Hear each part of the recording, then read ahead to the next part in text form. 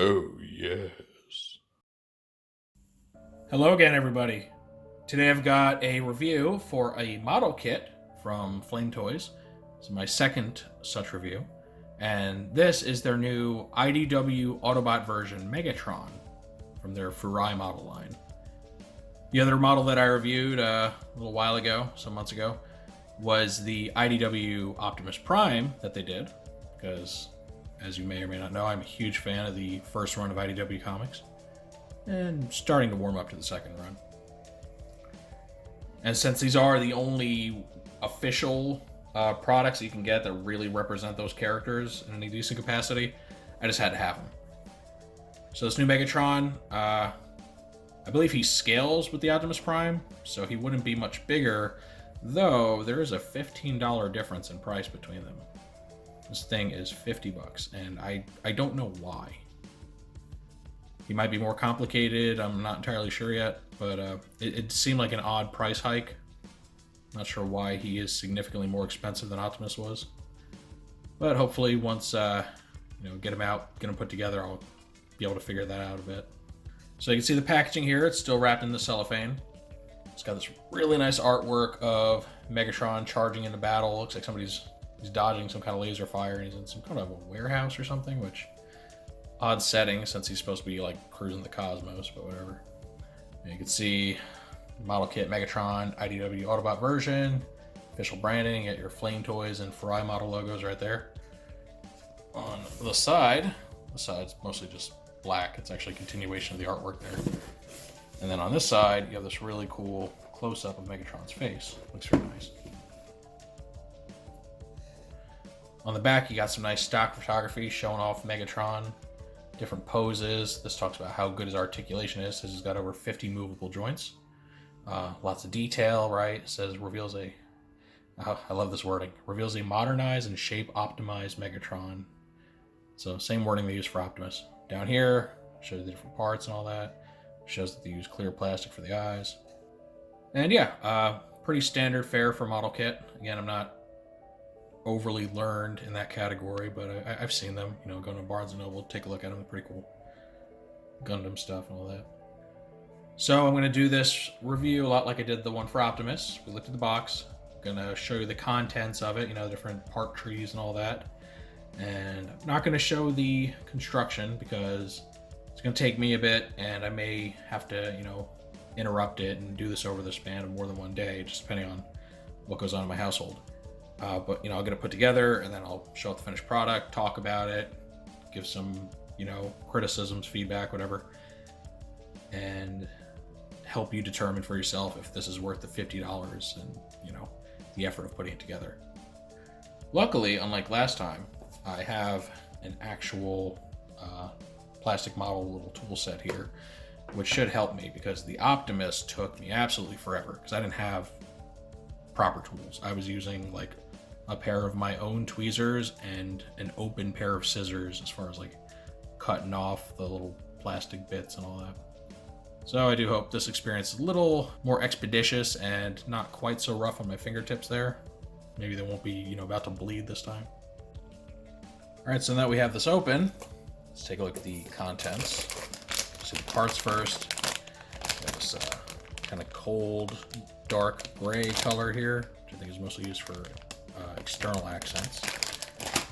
We have this warmer dark gray, which is primarily internal parts.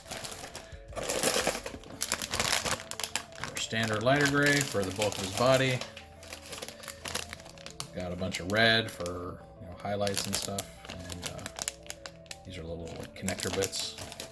And then you got black to round it all out in the design there. Which I think should be stickers. Where are these stickers? Ah, here they are. So these are the instructions here. Let's see, pretty cool looking. You got there's actually some screws, so I guess you're gonna have to screw some things in, and then you got this little foil sticker sheet here. I'm not the biggest fan of the foil stickers on these models. They do kind of mess it up, but again, they're actually optional, right? These kits are designed in a way to where if you don't want to go through the trouble of like gluing them together and painting all the surfaces and painting the details on, you don't have to. right? They use the right plastic colors where they need to be, and then for smaller accents and more unique designs, they go ahead and use stickers. So, you know, it's up to you how much effort you want to put into it. Here, let's open up the instruction booklet. So kind of opens just like the instructions on the regular Transformers toys. So right here, you have your parts list. Make sure you have everything you need, and then this starts the assembly process. And generally speaking, you start with the internals first, and like the main body, and then kind of work your way outward. At least that's what I saw in Optimus, and that seems to be the case for Megas over here. Final assembly, where you put everything together, and then just this little bit of artwork right here. Looks very cool. It's not the Alex Milne artwork from the comics. It's actually just like cartoony renders of the model, and then a little bit of instructions for how to find the parts, using the numbering, how to cut them out, and then cut the remaining parts there. So very cool. Hopefully these will be easy to follow, and they'll help me be successful in my second ever Transformers model. All right, and after several hours, we now have our completed Megatron. So you can see his robot mode is very, very detailed. He's got the chest sticker, which is probably my least favorite part, just because it makes his whole chest this weird chrome, just to get those little swirls in. These same swirls are molded on the plastic, so if you don't want to use the sticker and you want to paint them in, you can, if you're feeling confident in that. But yeah, you can see he's very built up. He's got a lot going on. Got these tank treads, all his back kibble and everything. Two-tone armor, all that fun stuff. You can see he's got some stickers here on his wrists. There is a sticker right there with his Autobot symbol on it. It's actually kind of inside of this outer chest piece. He's got some small red accents on his thighs. Got him on his little kneecaps too, and these silver stickers right there. And overall, he doesn't disappoint, when it comes to detail. They were very thorough in capturing Megatron's look from the More Than Meets the Eye and Lost Light comics. You can see he's got the cool little red circles there on his little hip area, right there on his chest. As far as posability, he has a regular ball joint, but then the neck itself can move around, so he's like, the arms, they can go, forward, back, and go up about this much. The shoulders can articulate on their own, but they kind of hinder his arm articulation, so just be aware of that. He's got articulation on a ball joint between his upper abdomen and lower. His little waist articulation here is very limited. Doesn't move very much because things kind of get in the way. These little waist flaps here, they can go forward and back like this, kind of rotate. You can see that. And they can hinge up and down a little bit too, just to provide him with, some clearance for posability. Legs, go up, down, in and out.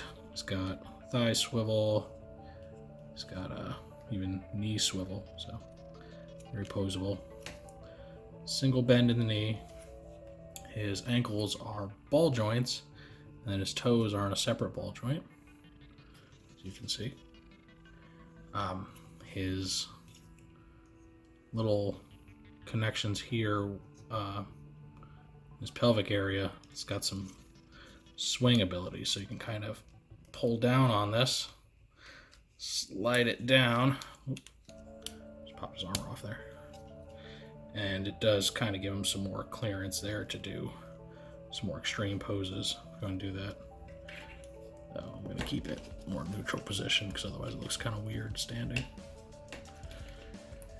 Yeah, you can get a lot of poses out of this guy, which is fantastic and is kind of to be expected from this line. The Optimus, was no exception either. So there we go. Gotta get him straightened back out. I love that. Let's see. It comes with 2 different sets of hands. So here you can see the closed fist version, which is, on its own little ball joint, can rotate around. I'm going to take it off to do that. Now this whole piece isn't supposed to come with it. It's supposed to separate from there, but doesn't like to sometimes. But you can give them the open hands if you want. Just stick that in there. Stick that in until it clicks in place. And he can do that. Very cool. You can recite his poems from his minor days if you wanted to. Very neat looking. Now you may be wondering where his fusion cannon is, and don't worry, it is right here. And it's just a big non-moving piece, but it's detailed and looks pretty good. This can actually plug into either of his forearms via the slot right there, though nominally it's going to go on his right arm. So you can do that. Megatron, for most of his appearance in this form, didn't carry a fusion cannon. He actually destroyed it because he took up a vow of like pacifism. It wasn't until the very end of the More Than Meets the Eye series that he took his fusion cannon up again to destroy the greater evil at the risk of losing himself to his violent tendencies again. So, very good story arc if you haven't read it. Paints Megatron in a very interesting light. Here's our model with Transformers Siege Megatron, just so you can see him compared to a more traditional take on the character. See how much more stylized he is. And that, that design again comes courtesy of the creators over at IDW. So one thing you'll notice, he is about half a head shorter than Siege Megatron, which is actually fairly consistent because the IDW Optimus model kit was about half a head shorter than Siege Optimus. So at least they're more or less in scale with each other. And speaking of Optimus, here he is. So you can see these longtime enemies turned, reluctant allies, just together in plastic form for more or less the first time. And they work really well together. Because of the very bright, flat colors that the model kits use, they both look like they jumped right off of the comics page, which is, perfect. Unless you want to go a little more realist and paint these guys, but I think they're good the way they are. The Optimus is maybe very slightly taller than Megatron, which I think might make him a little too tall in comparison, but, not too big of a difference. So now this kind of brings us to that question of why is Megatron $15 more than Optimus? And I don't know. He's obviously more solid. You can see he's just kind of got a lot more going on with layering and all that. So I think there is more plastic to be found on the Megatron model. It's obviously not much bigger than Optimus overall. So do I think he's worth more? Yes. Do I think he's worth $15 more? No, not really. Maybe $5, maybe 10 on a good day, but when, this guy's 35, this guy's 50, I don't see how they're justifying that price.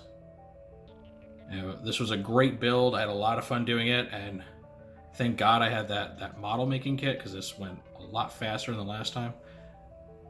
But $50, just no. It's too much.